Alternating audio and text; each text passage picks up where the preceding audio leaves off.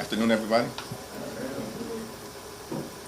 Donald Trump and extreme MAGA Republicans spent all of last year promising to lower the high cost of living in America, while at the same period of time running away from Project 2025 and pretending as if it didn't exist. They consistently lied to the American people. And now the American people are feeling the consequences of this extreme administration, the Trump administration, this extreme president, Donald Trump, and these extreme MAGA Republicans who are temporarily in the majority in the House of Representatives. This year, Republicans have done nothing, not a single thing, to lower the high cost of living in the United States of America. The cost of living is too high. Housing costs are too high. Grocery costs are too high. Insurance costs are too high. Utility costs are too high. Child care costs are too high. America is too expensive. And Democrats remain committed to driving down the high cost of living in the United States of America. Instead of costs going down, which Donald Trump promised would happen on day one of his presidency, costs aren't going down, they're going up. Inflation is going up. Donald Trump and Republicans are actually crashing the economy in real time. You can't make this up. They are intentionally inflicting pain on the American people. This Trump tax, these reckless tariffs, will cost the American people thousands of dollars a year. It's the largest tax increase on the American people since 1968. This is what Donald Trump's presidency and Republicans in control of the House and the Senate are delivering to America. Not lower costs, not a more prosperous economy, not the golden age in America, economic disaster. And then at the same period of time, these MAGA extremists are trying to jam a reckless budget down the throats of the American people, take away health care from the American people, strip away veterans' benefits from the American people, and hurt nutritional assistance and literally take food out of the mouths of babies in America. Why? Because they want to pass massive tax breaks for their billionaire donors and puppet masters like Elon Musk. This is Republican policy in America, and it's a complete and total disaster. Questions? Jameson Greer, the new trade representative, was testifying before the Senate last week. What would be your question to you? The Trump tariffs, which are a tax on the American people, are so reckless, so unstrategic, so lacking in any sophistication, that the only conclusion that one can draw is that Donald Trump and Republicans are intentionally tanking the economy. Is it because, as Donald Trump has indicated, that during tough economic times, the rich get richer, and it's a buying opportunity? Those are Trump's words. Can you confirm? But what's your question? I just asked it. If Democrats were in power, would you fully repeal these tariffs? Democrats were in control of the House of Representatives at this particular point in time. We would use every legislative tool available to us to protect the American people from this kind of economic harm. Every single legislative tool. Tariffs, when properly utilized, have a role to play in trying to make sure that you have a competitive environment for our workers and our businesses. That's not what's going on right now. This is a reckless economic sledgehammer that Donald Trump and compliant Republicans in the Congress are taking to the economy, and the American people are being hurt. Enough. There's no rational explanation for any of this, except perhaps that there's some scheme that Donald Trump has publicly alluded to, which is that the rich get richer when the economy collapses because there are buying opportunities. There's no rational basis otherwise to explain the economic carnage that Donald Trump is visiting on the American people. And House Democrats, partnering with Senate Democrats, will continue to stand up against these extreme economic policies. Thanks. Thank you, Mr. Leader. There's a bipartisan push in the Senate to reclaim some congressional power over tariff and trade policy. They can introduce a bill over in the House. Speaker Johnson apparently will not bring this bill to the floor. Donald Trump's administration, the White House, put out a statement of administration policy today, saying that that he would veto the bill even if it passes. So do you think that it's still worth pursuing these legislative vehicles to try to restore Congress's role in trade and tariff policy? Yes, at the end of the day, the Constitution is very clear that tariffs and tax policy, the ability to raise revenue, that authority is vested in the Congress for a reason, because the Congress is most closely associated, particularly the House, with the American people. And what we've witnessed under complete Republican control of government is a willingness to simply bend the knee to Donald Trump, no matter how much pain he is inflicting on the American people or how much damage Trump is doing to the American way of life. At the end of the day, House Democrats are going to continue to press our case because the American people are listening, paying close attention, and as special election after special election after special election have demonstrated since late January, responding. Republicans will either start acting like a separate and co-equal branch of government and work with Democrats in a bipartisan way to push back against Trump's failed economic policies, or continue to suffer the political consequences that have been visited upon them with record speed during the last several weeks.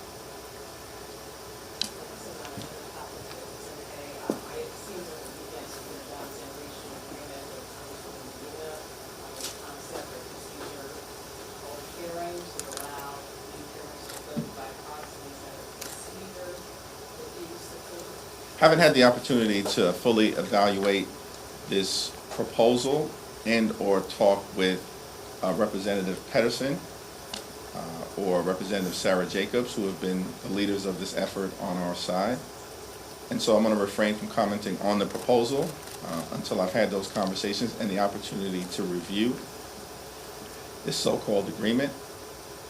The question has to be raised: what is the Republican problem with allowing expectant mothers or new mothers to vote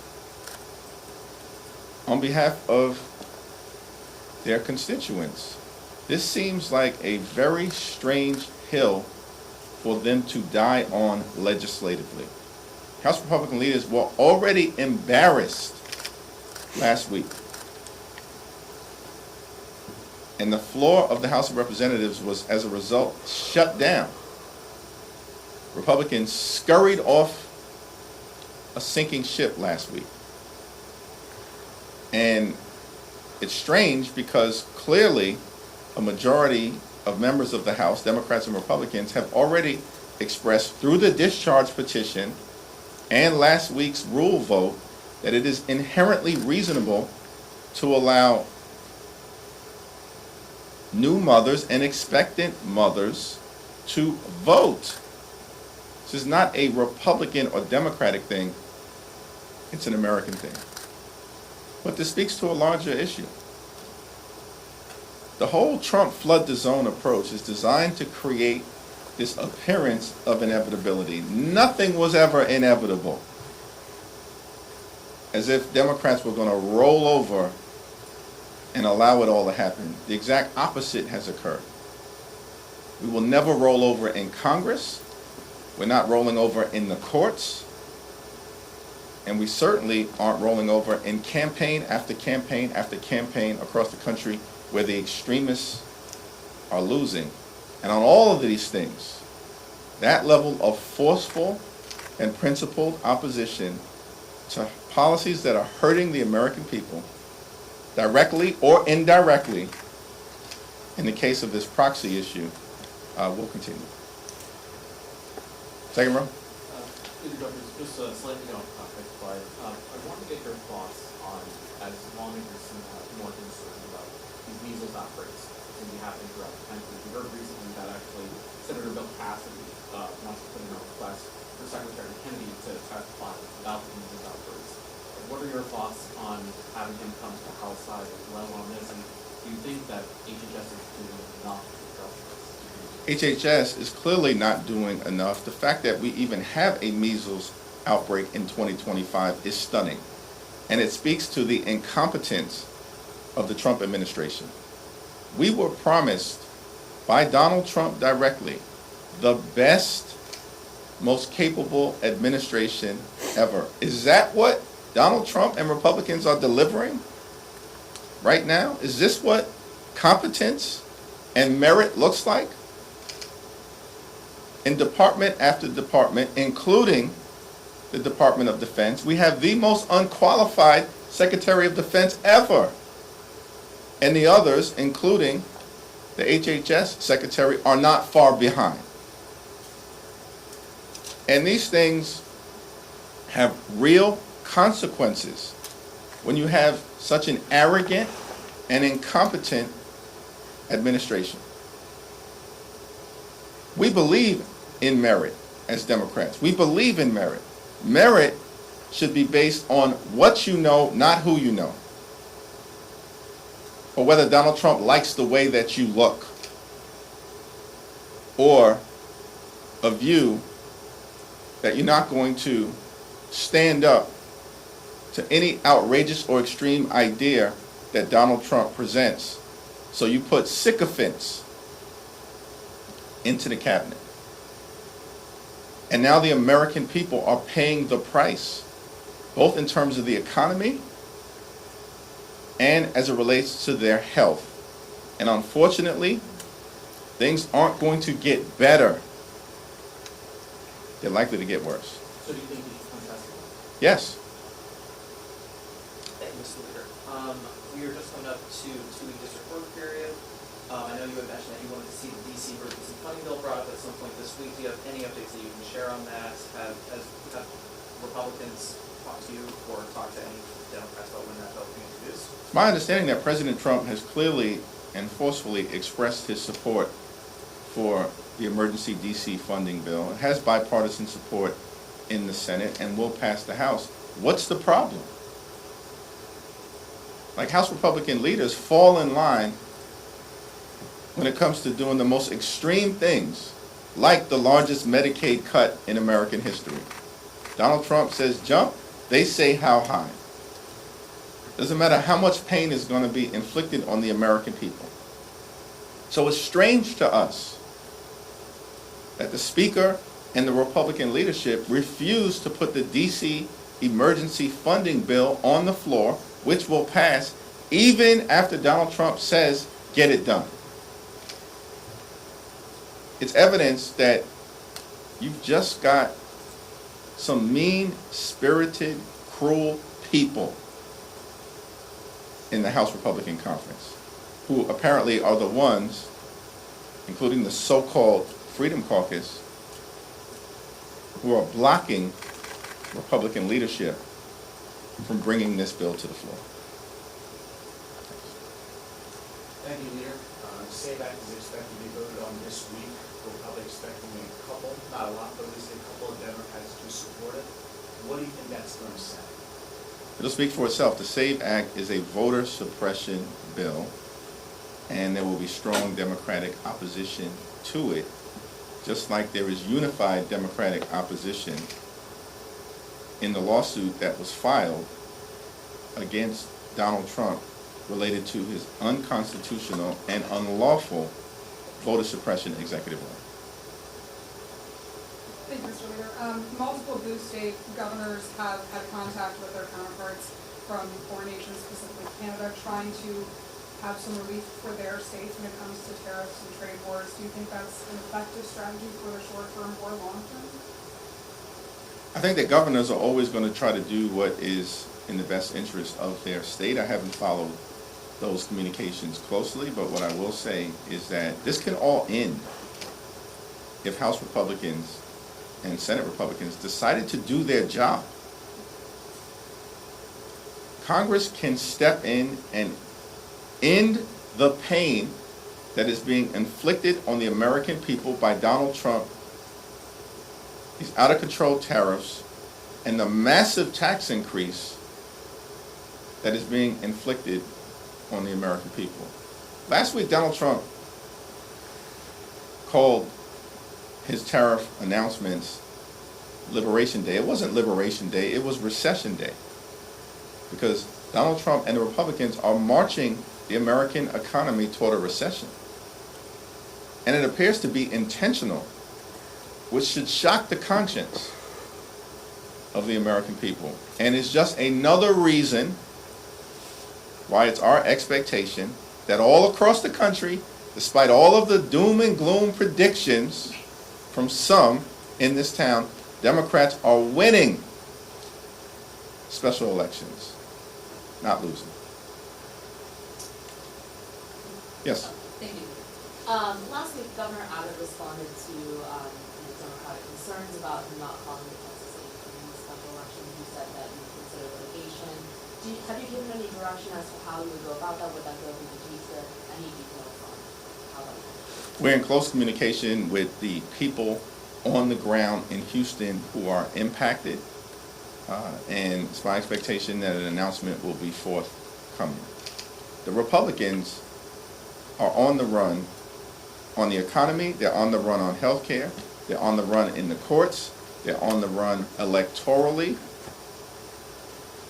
and they're on the run legislatively, which is why Governor Abbott is conspiring with House Republicans to rig the system and not call a special election. The Honorable Sylvester Turner unexpectedly passed away over a month ago on March 5th. His homegoing service was on March 15th. Greg Abbott is intentionally disenfranchising hundreds of thousands of people in Houston by not calling a special election because he is conspiring to rig the system with House Republican leaders and Donald Trump. Plain and simple. That's what's happening. There is no explanation. Why is it occurring? Because Republican policies and proposals are unpopular. They are struggling to govern. We were told they had a mandate. A mandate for economic chaos doesn't exist. A mandate to cut Medicaid, the largest cut in American history, doesn't exist. A mandate to dismantle Social Security as we know it doesn't exist. A mandate to fire thousands of veterans doesn't exist. We were told that Republicans had a massive electoral mandate. It didn't exist. It was a joke when it was said. And Democrats never bought it, which is why you've seen principled opposition every single step of the way. Every hour, every day, every week, every month, it will continue. And so as a result of that, the fact that they know that Democrats are standing up to their extremism and foolishness and efforts to hurt the American people, and they are struggling to produce the votes, as this current Republican budget resolution debate shows, they're going to suppress the ability of the people of Houston to actually elect someone. They are rigging the system in real time. They can't win otherwise. Can't win otherwise. So that seat is going to eventually get filled, and the courts will likely have to step in, and the American people are going to continue to express themselves, and we're going to see it in New Jersey, and we're going to see it in Virginia in November. The courts will continue to aggressively push back to stop these extreme executive orders and unconstitutional actions that are being taken, and House Democrats and Senate Democrats are going to continue to work together to make the case to the American people that we are defending their interests and Republicans are actively trying to harm them. Thank you, everyone.